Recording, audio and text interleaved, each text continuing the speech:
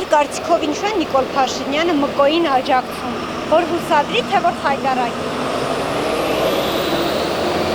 Բոլորը խայտարակություն են, բոլորը անխտիր։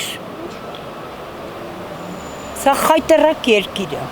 Խայտարակի։ Ինչու եք այդպես կարծում։ Նիկոլից լավ բան չեմ սպասում։ Вообще իր մասին չեմ ուզում լսեմ, հա։ Հավատացեք, այսպես է։ Չեմ լսել, որ աջակցում է։ Բացարձակ տեղյակ չեմ, ճիշտ ասած,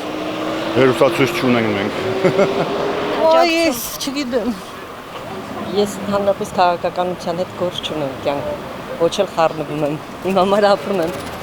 Ես չեմ ճանաչում ՄԿՕ-ին։ Մկրտիչ Արզումանյանին դերասան։ Հա, Մկրտիչ Արզումանյանին, ճիշտն ասած, ես այդքան տելևիզոր չեմ նայում, ասեմ ձեզ, էլի։ Մի քիչ ասեք, կարող ասեք սխալվեմ այդ ամեն ինչի մեջ, չեմ կարող ասեմ։ Որ խայտարակի։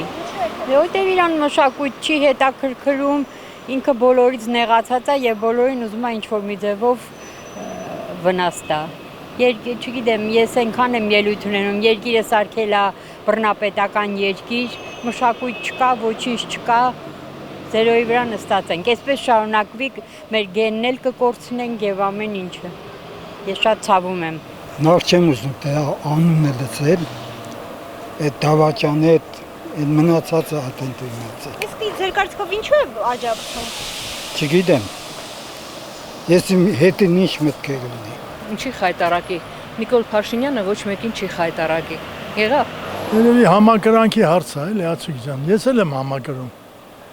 Հայկոին չէ, ՄԿՕ-ին։ Ինչի է աջակցում, հուսադրելու համար, թե խայտարակելու։ Չեմ կարծի խայտարակելը, ՄԿՕ-ին ինչ խայտարակես, մակարդակով տղա է։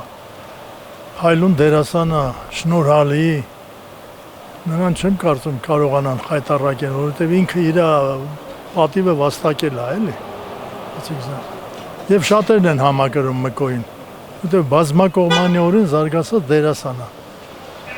Եվ լուրջ դերերը լավ կատարում, եւ կապիկությունը լավ անում, եւ գժի դերը լավ կատարում։